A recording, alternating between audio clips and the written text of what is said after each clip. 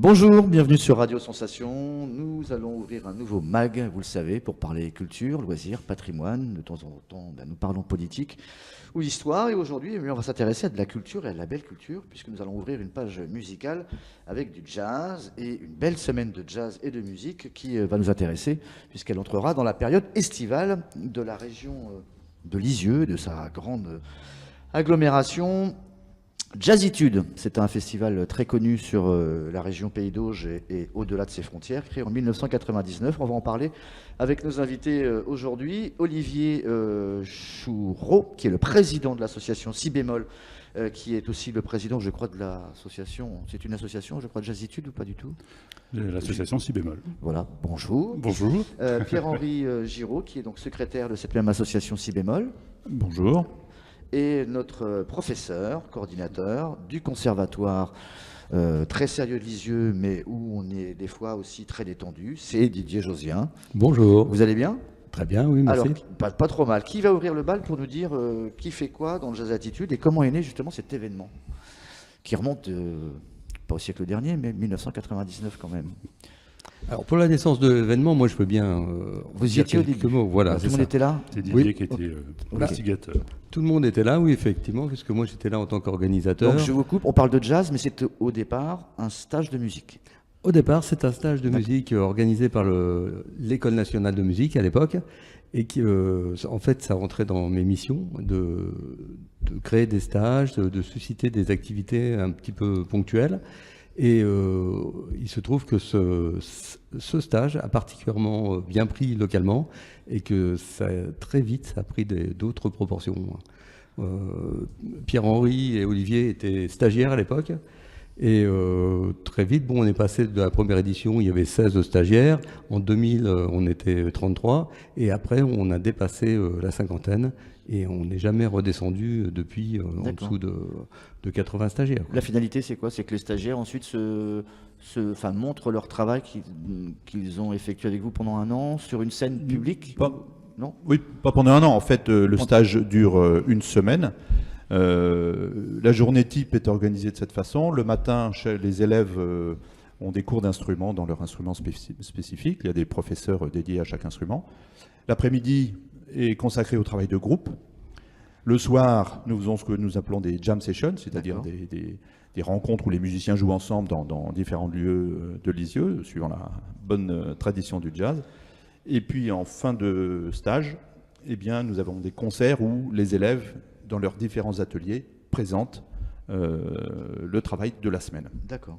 Et le jazz, en fait, c'est le fil conducteur avec tout cela, ou on peut faire autre chose? Enfin, on a toujours fait du jazz depuis la création? Oui, toujours fait du jazz, mais ça s'est enrichi, puisque maintenant c'est un stage de jazz, danse au jazz, bien sûr, et musiques actuelles. D'accord. Vous voulez défendre quelque chose? Non, c'est ce que j'allais compléter, effectivement, ce qui s'est passé au cours des années. Et parallèlement à ce stage, quelques années après, en fait, on a créé l'association Si bémol pour organiser en parallèle à cette semaine des concerts professionnels, pour le coup. Voilà, donc Sinon, si l'association n'était pas là, en fait, on resterait encore dans le même système qu'auparavant? Ou ça aurait pu disparaître sans vouloir être négatif? De toute façon, à l'époque, ça n'était pas possible autrement, puisque les missions des conservatoires contrôlés par l'État n'étaient pas toutes les mêmes.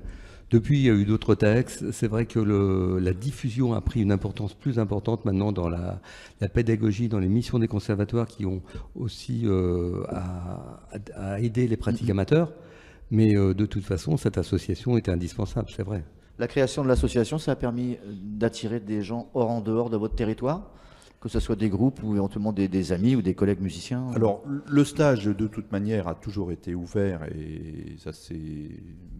Sur la communauté de communes? Communauté de communes, département, région et de la France entière. D'accord. Sur les 80 à 90 stagiaires qui viennent chaque année, nous avons plus de la moitié, je dirais, de stagiaires qui viennent de toute la France. C'est une réputation maintenant nationale parce que nous faisons venir des professeurs, des intervenants pendant ce stage qui, eux, ont pour certains une pointure nationale, voire internationale, donc qui attirent des gens d'autres régions pour venir partager une expérience musicale pendant la semaine. Qu'est-ce qui a évolué depuis la création de l'événement? Outre que maintenant on se sert beaucoup de l'informatique, etc., et que ça va un peu plus vite qu'au début. Alors, Ce qui a évolué sur le plan du stage, c'est la proposition d'ateliers et d'orchestres thématiques.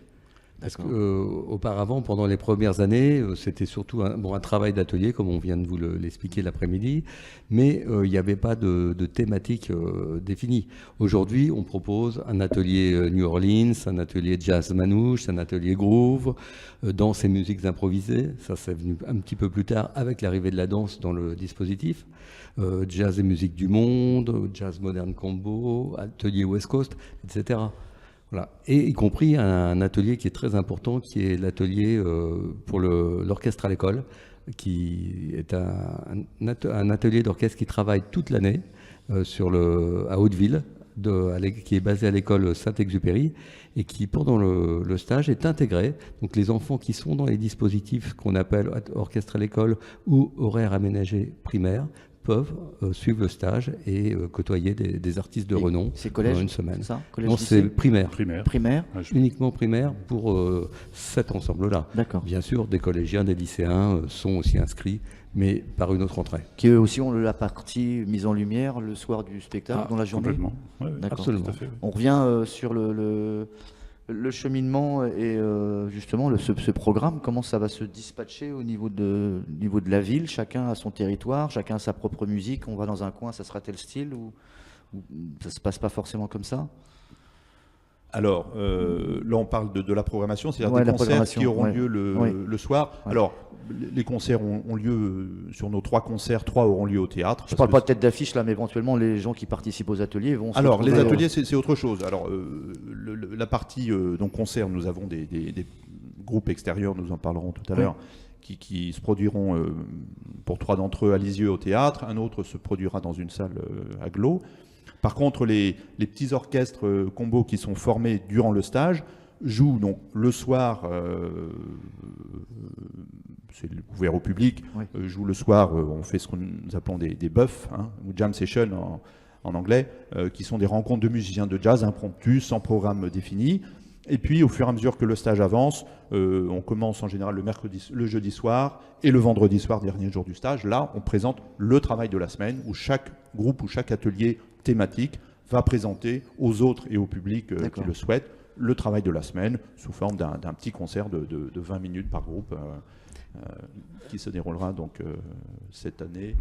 À la double croche le à la mercredi double soir. croche, la salle, la double croche à Lisieux. À Courtonne-la-Meurgrac le jeudi. D'accord. Et puis le vendredi après-midi au centre chorégraphique d'Hauteville. Est-ce que depuis une dizaine d'années, vous êtes le diffuseur et le découvreur de talents? Vous avez trouvé des pépites dans vos élèves qui sont maintenant membres de groupes locaux ou régionaux, quoi? Ah oui, on peut affirmer ça, puisqu'on a eu, il y a quelques années, je crois il y a 3 ans, on avait fait une programmation autour d'artistes régionaux venus des artistes reconnus sur le plan national et international.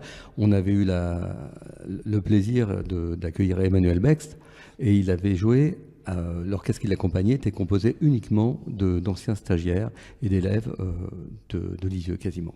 Vous avez une mission ludique mais aussi pédagogique. Est-ce que ça vous amène à obliger un peu les consciences dans certains établissements scolaires à faire rentrer la musique différente dans les écoles? Parce que la musique rentre, mais bon, à part le tambourin et 2-3 cours de flûte, de temps en temps, on se dit que font les enfants avec la musique? Est-ce que le jazz, maintenant, à Lisieux en particulier, arrive à rentrer dans le milieu scolaire? Alors là, là où on parle de positionnement du conservatoire. Oui, le conservatoire fait de nombreuses actions avec le milieu scolaire, que ce soit avec les classes horaires aménagées, que ce soit sur des projets artistiques spécifiques, sur des jumelages. Enfin, il y a différents dispositifs et nous inscrivons dedans, oui, effectivement. D'accord.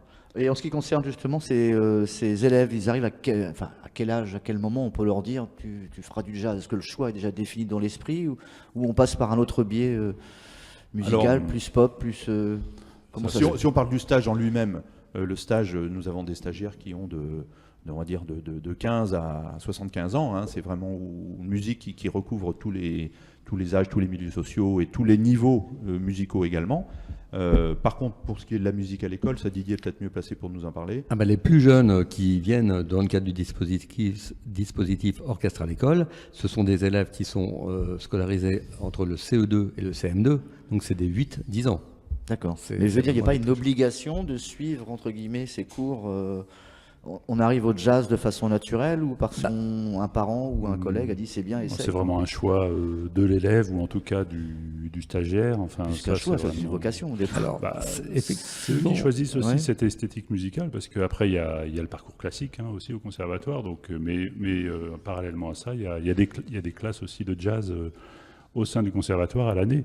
Donc certes, quelques professeurs d'ailleurs font partie des professeurs aussi des jazzitudes, Ouais. mais ceux-là travaillent durant l'année et effectivement forment l'oreille aussi à de jeunes musiciens, de très jeunes musiciens qui ont 12-15 ans et qui commencent à jouer vraiment très bien. Enfin là, dernièrement, ils ont joué début D'accord. juin, là, c'est prometteur. Enfin, et c'est vraiment un choix, là, vraiment, des jeunes de s'inscrire dans ces ateliers-là. Notre phase est malheureusement terminée. Donc Olivier Choureau, Pierre-Henri Giraud et Didier Josian, on vous retrouve très très vite pour reparler de Jazz Attitude, ce Jazz Etude sur notre antenne. Avec un grand plaisir. On vous rappelle l'événement, c'est à Lisieux du 20 au 26 août. On se retrouve très vite pour en reparler.